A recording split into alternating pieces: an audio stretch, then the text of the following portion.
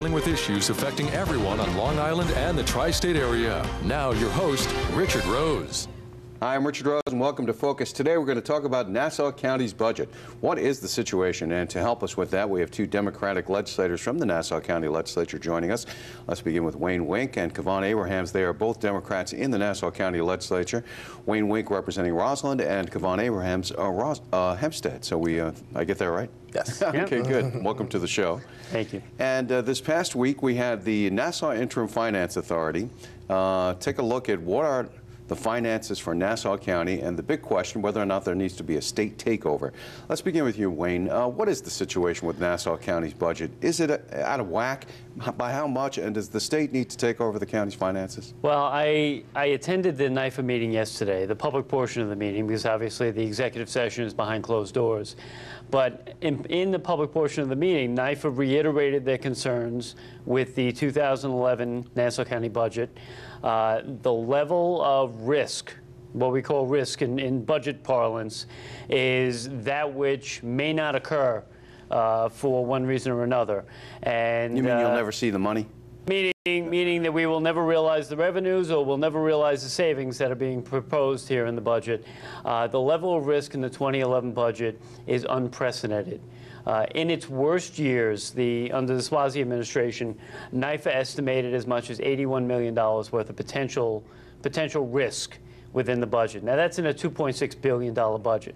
This year, depending on whether it's the controller, the NIFA board, or the Office of Legislative Budget Review, each of them have anywhere from $234 to $258 million worth of risk. That's roughly 10% of the Nassau County budget.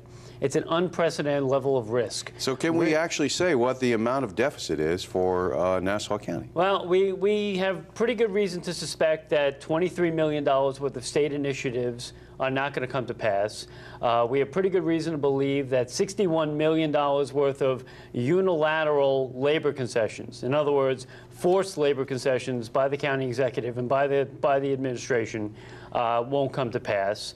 And we're being asked to borrow $75 million up front for tax certiorari settlements, which is an unprecedented amount. We have gotten away from the pay-as-you-go system where we were funding much, if not all, of the tax refunds for tax certioraries as an operating expense. We're now in the position where we're borrowing for all of that. In 2010, we borrowed at unprecedented levels. It's reaching a critical mass very, very quickly. What's your take on this, Kevan Abrahams? Well, I agree with most of what Wayne was talking about. I mean, obviously, the county is right now in dire straits. The most important thing we can do is not throw bombs and work together, because I think ultimately that's what the taxpayer is expecting, and quite honestly, that's what they deserve. So from our standpoint, we've tried to work with the county executive throughout every step to ensure that the things that we're looking for and the things that Joe taxpayer is expecting is that, look, at the end of the day, everybody realizes, whether the federal government or state government, borrowing practices need to be curtailed. You can't do this reckless borrowing. And one of the things that is not being recognized is that we've borrowed more in 2010 than we have ever borrowed in any administration. But what is most of that for?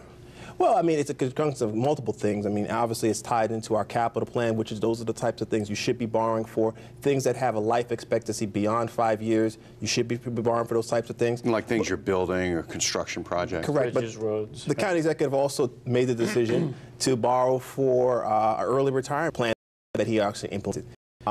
He's asked us to obviously bond for assessments, and Wayne hit it right nail on the head. The bottom line is we had a pay-go system which paid for $50 million in the past, and $50 million came from the operating system. He's gotten rid of the pay-go system. Now we borrow $100 million for all tax certioraries, which the Nassau Interim Finance Authority, as well as the credit agencies, Moody's, Fitch, Standard & Poor's, have all said that is not the practice you should be doing. There should be some type of pay-go, or there should be your operating budget. Whose fault is this?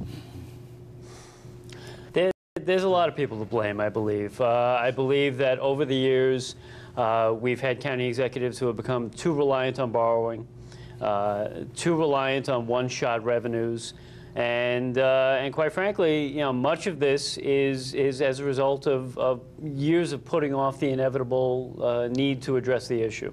You know, it's confounding to a lot of people, especially if they're not caring one way, whether they're Democrat or Republican, because there's a party line here.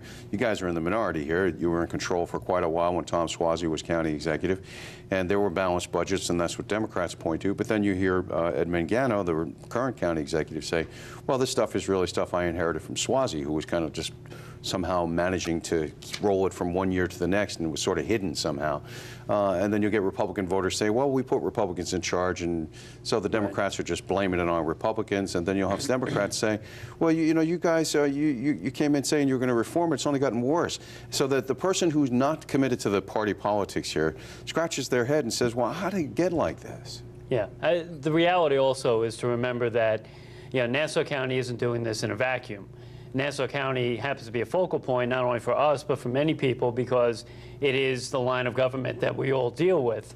But at the same time, we have to remember New York State has significant, potentially $10 billion worth of deficit to address in the coming year.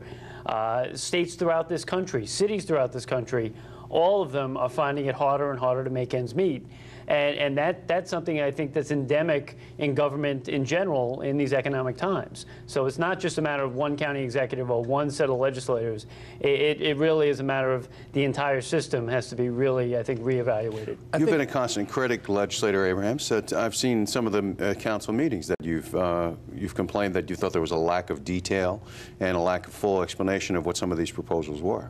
Well, absolutely, but just to tie into what Wayne was just saying, I think people's cynicism of politics, elected officials, also feeds into that.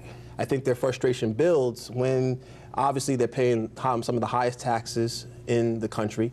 Obviously, the quality of services doesn't match the amount of taxes that you're paying.